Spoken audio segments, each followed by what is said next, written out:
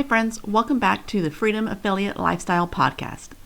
I'm Elizabeth, and today we're tackling one of the biggest stuck points in affiliate marketing, picking a niche.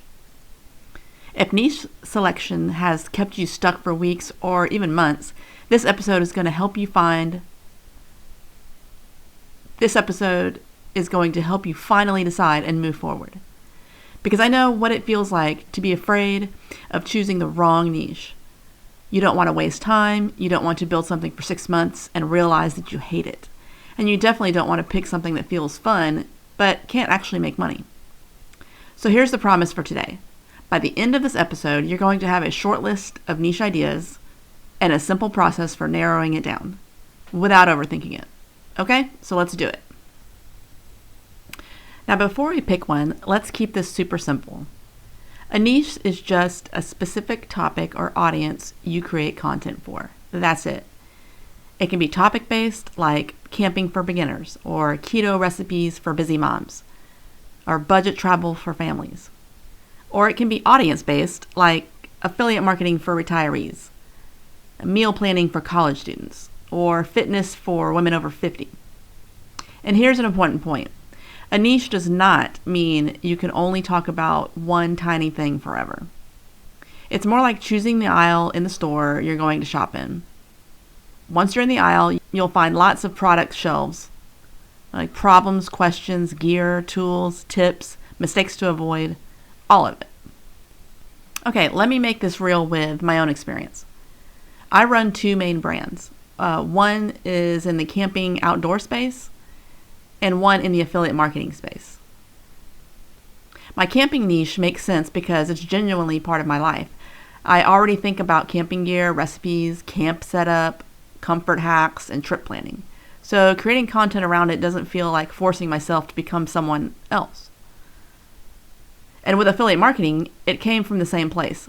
I was learning these skills, testing stuff, figuring out what worked, and I realized there are a lot of people who want a realistic path, especially beginners, and they're exhausted by the get-rich-quick vibe.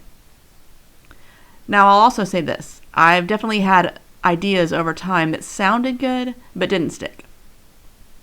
Usually for one of 2 reasons. Number 1, I didn't actually care enough to keep talking about it. And number 2, it was too broad or too random, so I couldn't really build momentum. And the biggest lesson I learned is this. Interest matters, but demand matters too. So we're going to try to balance both of those. All right. Step 1 is easy, and honestly, it's the part most people skip. You're going to do a brain dump in 3 buckets. The first bucket is hobbies and interest. This could be camping, crafts, travel, gardening, pets, cooking, fishing, fitness, or whatever you're naturally drawn to. The second bucket is work experience and skills. Anything you've done for work counts, even if it was years ago. Management, customer service, teaching, healthcare, budgeting, tech, organizing, writing. You'd be surprised what can become a niche. The third bucket is things people ask you for help with. Now, this is a gold mine. If people are consistently asking you, what should I buy? How do you do that? Can you show me this? That is a clue that you have something useful. Now here's the rule. Write down 10 to 20 ideas, even if they feel too broad right now. Don't filter yet, don't judge it, just get it out of your head and onto paper. Now if you're listening while driving, make a quick note in your phone, niche brain dump, and come back to this later. Now for step 2, we're going to test those ideas for something I call problem solution potential. Because affiliate marketing works best when people have questions or they have problems and they're actively looking for answers and products.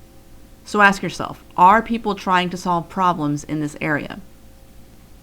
To find out what questions people are asking, you can do things like look at Google autocomplete, YouTube search suggestions, Pinterest search, Quora and Reddit threads, and also Facebook groups in that topic. And if you see endless questions, then that's a great sign that it's probably going to be a good niche. Another thing to consider is that people buy tools and products. So here you can check Amazon categories, for instance, gear list, best of post, beginner kits. If there are products people already buy, you have monetization options. Okay, and also people have frustrations. Frustration equals content ideas. For example, in camping, frustrations look like, why is my tent wet inside? How do I stay warm at night? What's the easiest camp meal that doesn't make a mess? In affiliate marketing, frustrations can look like, why am I getting traffic but no clicks? What do I put on my website? How do I pick a niche without wasting time? And that's problem solution content all day long. So for each niche idea you wrote down, give it a quick rating. Do I see obvious problems? Do I see obvious products? If the answer is yes to both, that niche stays on the list. Okay, now step 3. This is the one that's going to protect you from burnout. You need to ask yourself, can I see myself talking about this for years? And I don't mean every day forever, but could you comfortably create 50 blog posts, 50 Pinterest pins, 20 podcast episodes, a handful of emails without feeling like you're dragging yourself through it? And also ask yourself, does this fit my lifestyle? Does it match what I naturally do or want to do more of? And is it emotionally sustainable? Because some niches are profitable, but they're heavy. If you pick something that drains you, you'll avoid it. And if you avoid it, the business stalls. A niche you actually care about doesn't mean it's your only passion in life. It just means you don't dread it. Okay, now we're going to narrow it down.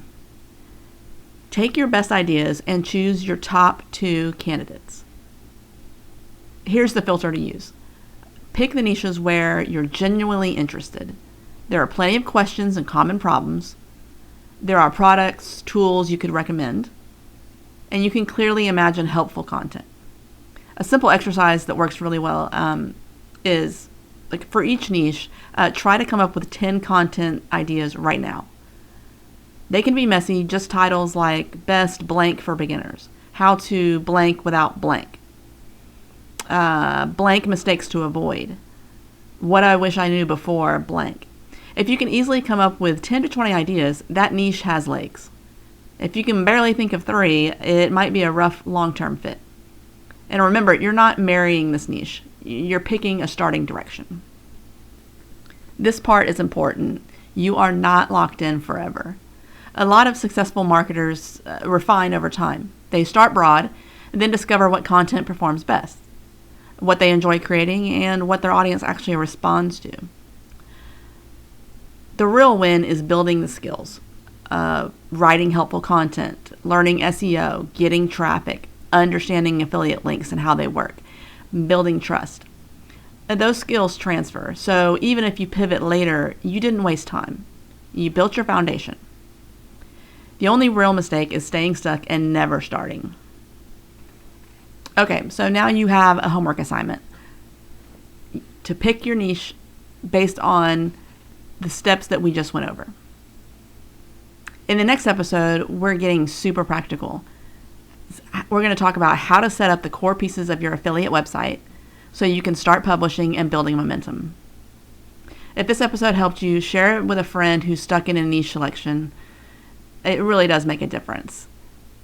All right, thanks for listening, and I'll talk to you in the next one.